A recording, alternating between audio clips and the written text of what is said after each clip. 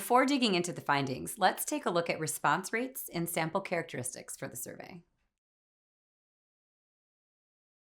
The survey was administered to all students and instructional faculty during the spring 2024 semester.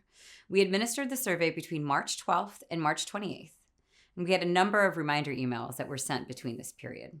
We also worked with the UMD app team to use push notifications about survey availability.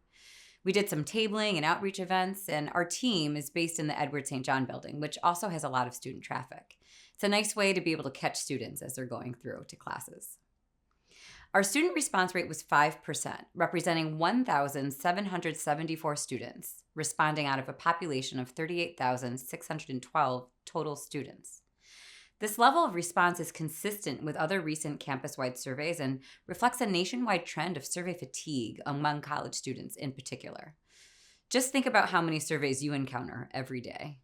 Our instructor response rate was 16%, representing almost 600 instructors out of the 3,726 active instructors of record in spring 2024.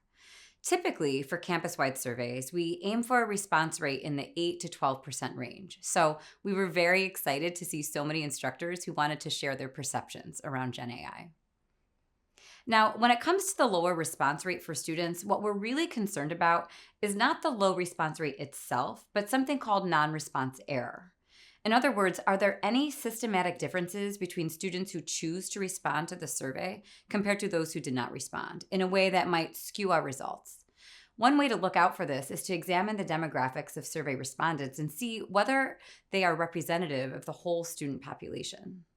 The good news is that, for the most part, our survey respondents looked a lot like UMD's student population.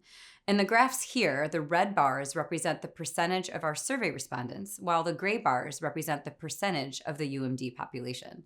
The closer the red bars are to the gray bars, the more similar the respondents are to the population. In the places where the red bars go significantly past the gray bars, this suggests that a group is overrepresented. And where the red bars fall short of the gray bars, that suggests a group is underrepresented. So here you can see that we do have an overrepresentation of graduate students and an underrepresentation of undergraduates. This suggests that graduate students were particularly interested in letting us know about how they felt about GenAI. However, within each of these groups, we see relative parity between survey respondents and the population. The percentage of undergraduates in each class standing roughly matches the percentage of students in the population, with perhaps a slight overrepresentation of seniors. The breakdown of graduate students by master's and doctoral students also looks a lot like the population. Similarly, the college affiliations of survey respondents broadly reflect those of the student population. Given the topic, you might expect an overrepresentation of computer science and engineering students, and we do have a little of that, along with maybe a slight underrepresentation of some schools like the business school. But none of these differences exceed a few percentage points, and the shape of the distributions look fairly similar.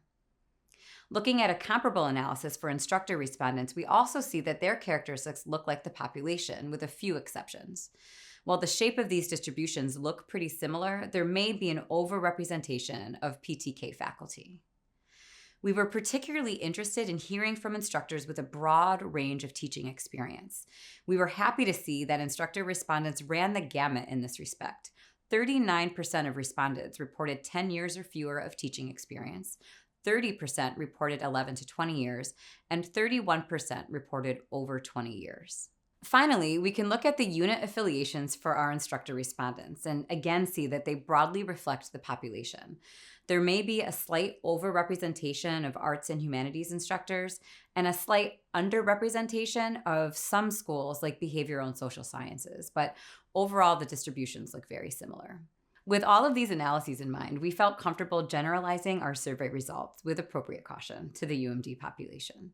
So join us for our next video as we dig into the main findings from the survey itself.